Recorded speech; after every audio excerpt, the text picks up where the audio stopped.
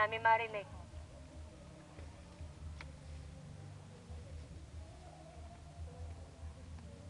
Kumusta ka na?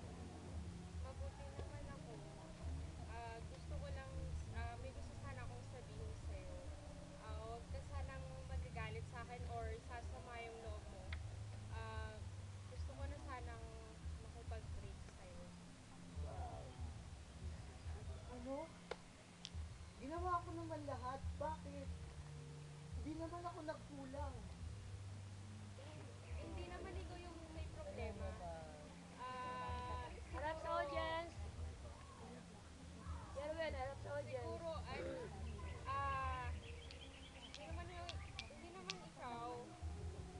Kasalanan ko kung bakit gusto ko makipaghiwalay sa'yo. Ayoko lang sanang masaktan pa kita lalo. Gusto ko lang na na palayain na kita at huwag ka nang umasa. Huwag ka nang umasa. Ayaw kitang paasahin dahil ayoko rin masaktan kita. Iniwan na ako ng tatay ko. Iniwan na ako ng nanay ko. Pati ba naman siyota ako, iniwan ako?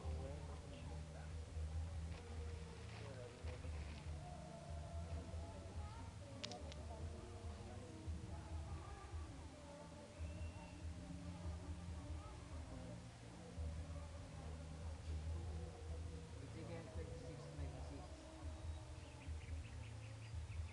I will take away your stubborn heart and give you a new heart, and a desire to be faithful. You will have only your God. Amen na lang. Lord, kami umaasa na sa aming mga gawain.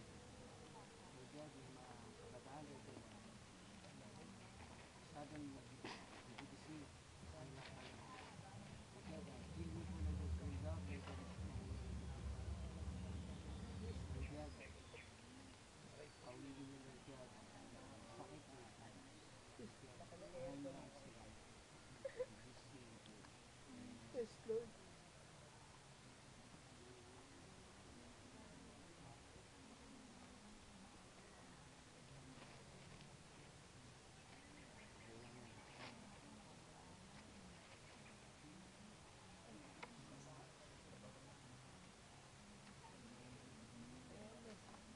Pagkatapos po ng 5 taon, nakapag-encounter na po siya at nag-proseso na po siya sa post-encounter hanggang sa nag-SOL 1 hanggang sa naging cell leader na po siya.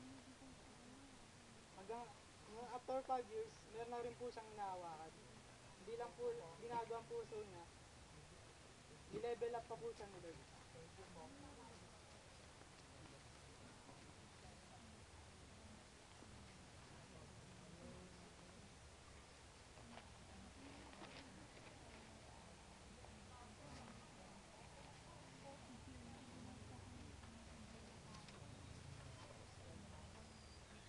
Gusto naman kayo.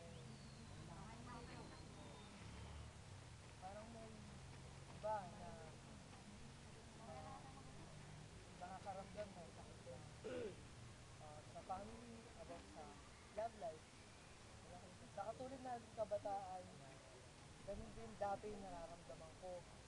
Simula nung iniwan din ako na girlfriend ko. Masakit para sa akin pero ginawa ko.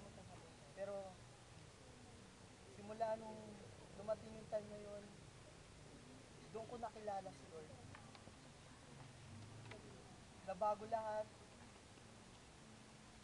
Nabago yung pananaw ko sa buhay. Akala ko doon na lang yung katapusan.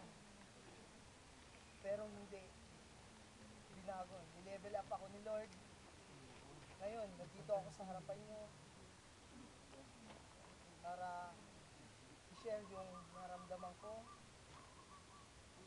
kung ano yung pagbabago sa buhay ko ngayon.